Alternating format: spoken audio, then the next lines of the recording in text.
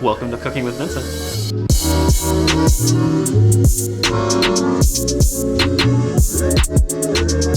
Hey guys! So, it's the middle of summer, and we're nowhere near Valentine's Day, and it's nowhere near cuffing season yet. However, I'm going to show you how to make a couple of romantic dishes for you and the special someone you may have still kept on to this long. So, we're going to do 2 different kinds of bruschetta. We're going to do a fancy French steak dish, and then we're going to do chocolate lava cake for dessert. So, we're going to eat a lot of food. Let's get cooking. Okay, so the first thing we're going to do is 2 different kinds of bruschetta, or bruschetta if you don't know how to say the word correctly. So the first thing we're going to do is start by making crostini, which are the little baguette slices that you eat bruschetta on. So we're going to take a baguette. The great part about this is you don't need a fresh piece of bread. Stale bread works fine for this. So we're just going to cut it. That's perfect. I love the crunch. Crunch is the best part.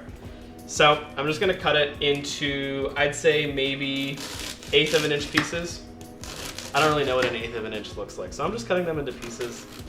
Something about bread is just relaxing. I don't know. This is a really small cutting board. But it's fine, guys. It's fine. You don't need your cutting board to be the perfect length to cook. It's all good.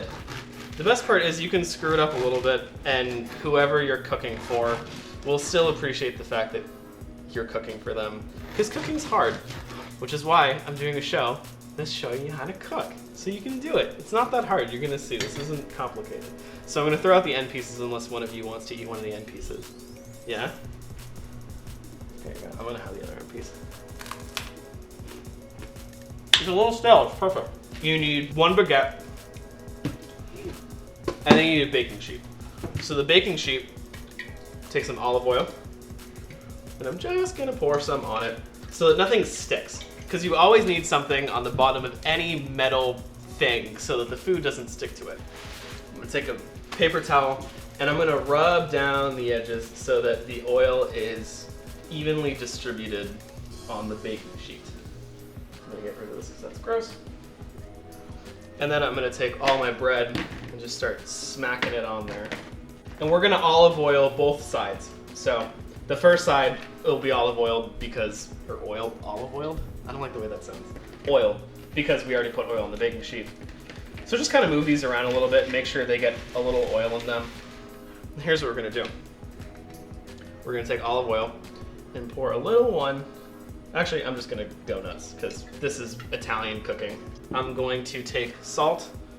I'm gonna salt all of them so that they taste like something. You always gotta remember to season every part because if not, it's gonna taste like nothing.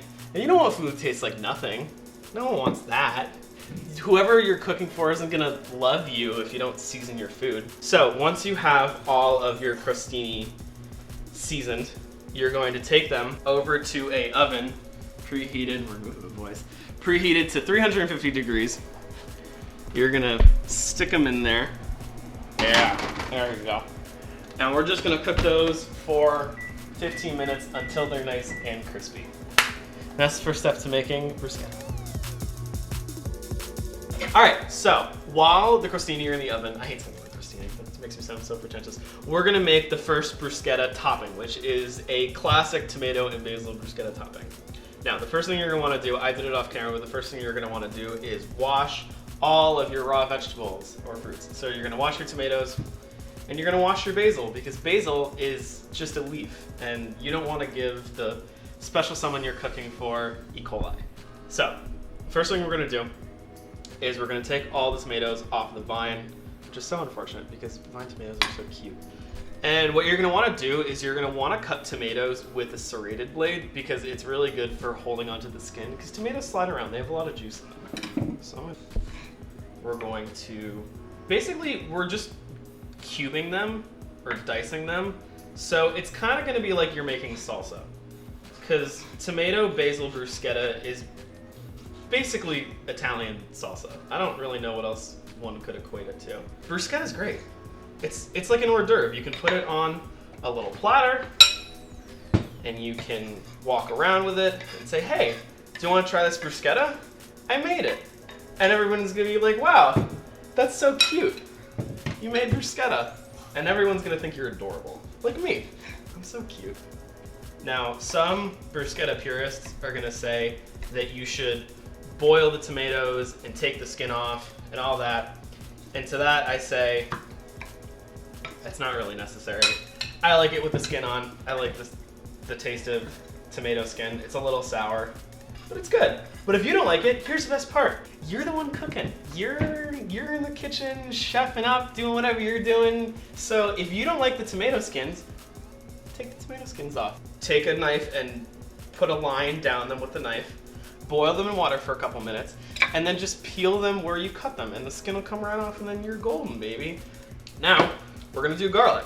So, for every 2 tomatoes, we're gonna do a clove of garlic. So since we did 4 fine tomatoes, we're gonna do 2 cloves of garlic.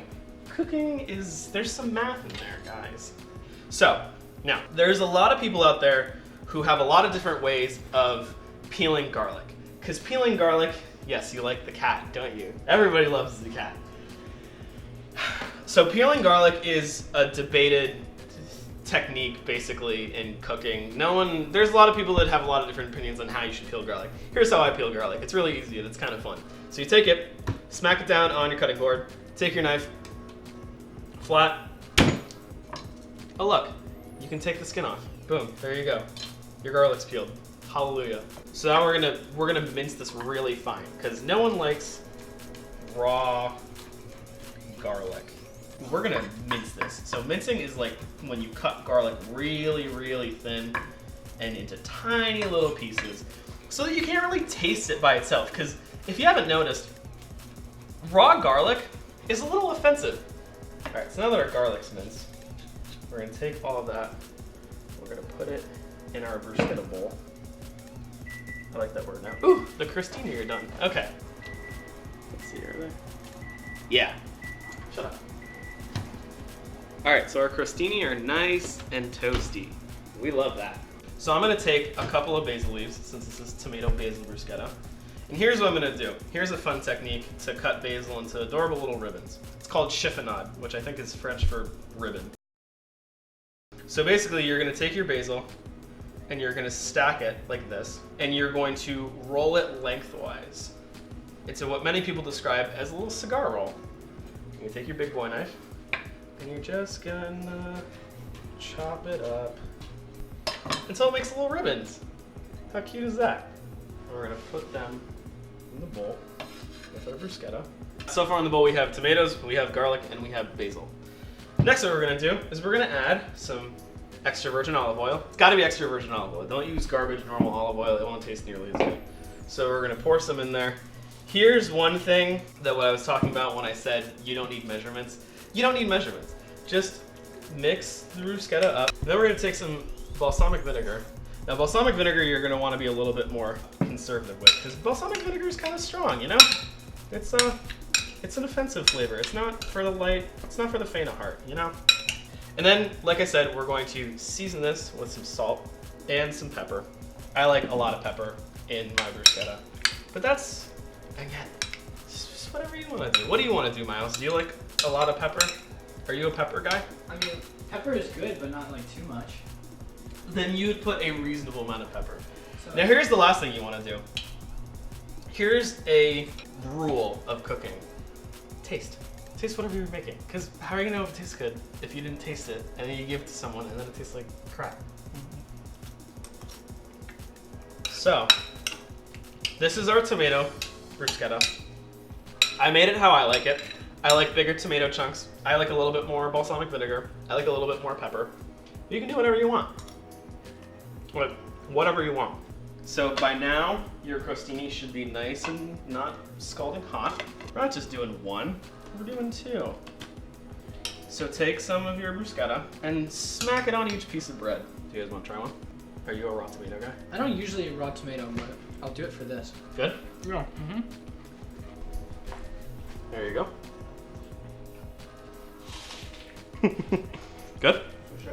Jacob Levine likes it. I'll tell you what. That's all I care about. Next what we're going to do, and you two don't know what I'm doing, because I didn't tell you so that I could get your genuine reactions. I'm going to do a ricotta and fig with pork belly bruschetta. Jacob likes that. Jacob's face is a happy little boy.